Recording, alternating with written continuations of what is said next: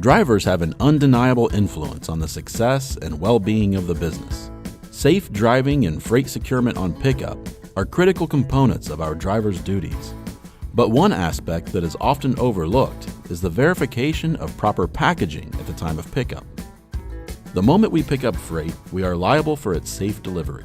If that freight is insufficiently packaged or improperly documented, the company is placed in a very risky situation.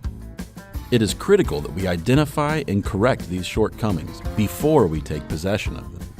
If we do this well, we can reduce the cost of damage claims while simultaneously increasing quality to our customers and increasing customer retention. Because at R+L Carriers, we're getting it right from the start. There's a few key elements to look for when assessing the packaging of a shipment at pickup. First, the driver ensures that the shipment is marked and labeled correctly. Each handling unit should be labeled with the consignee's name and address. If this label is not present, it becomes much more difficult to track the freight when it becomes misplaced. Special handling instructions on the bill of lading, such as no double stacking, should be indicated on the freight with a sticker whenever possible. Next, verify that the freight is packaged in a way that protects it from damage. There are 4 specific things to look for.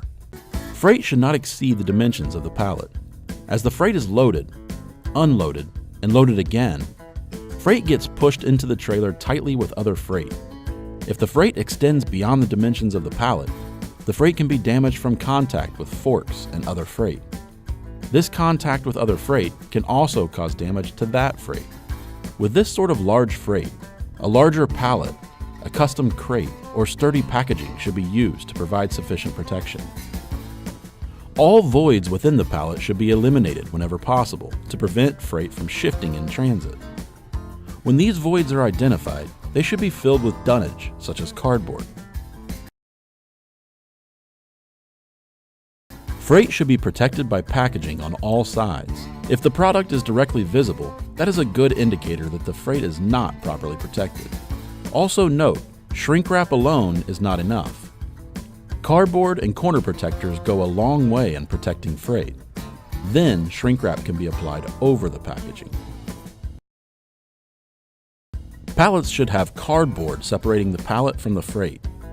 Dunnage between pallets and freight prevents damage from nails, splinters, and fork intrusions.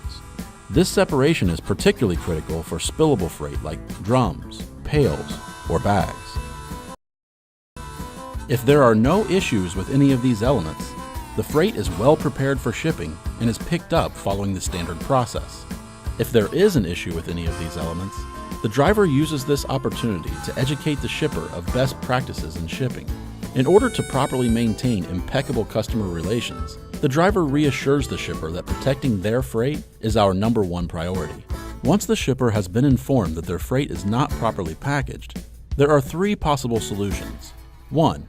The shipper can modify the packaging or labeling. If the freight is not labeled properly, a label should be added with the consignee's name and address. 2. The shipper releases R+L of responsibility for damages. This must be noted in the comments section of the bill of lading. Or 3. The shipper decides not to improve the packaging and refuses to change the bill of lading. If the shipper decides to modify the packaging to provide appropriate protection, they have some options. They can use their own materials to better protect their freight. Or they can utilize one of our protective services like U-Crate or Load and Protect. When the shipper decides not to improve the packaging, and instead they decide to release R+L of responsibility, the driver must notate on the bill of lading that the freight is shipped at shipper's risk. If the shipper decides not to improve the packaging and refuses to change the bill of lading, the driver must contact dispatch immediately. The dispatcher will then make a determination whether or not to pick up the freight. In the event that the driver is instructed not to pick up the freight, the dispatcher will notify the service center manager immediately. The service center manager will then notify the account executive of the situation and the details of the freight. The account executive will reach out to the shipper within 24 hours to advise them further on proper packaging. This will enable the customer to be better prepared prior to the next freight pickup. If we can nurture this relationship with our shippers, the end result is better service, fewer damages, more repeat business, and less money wasted on damage claims.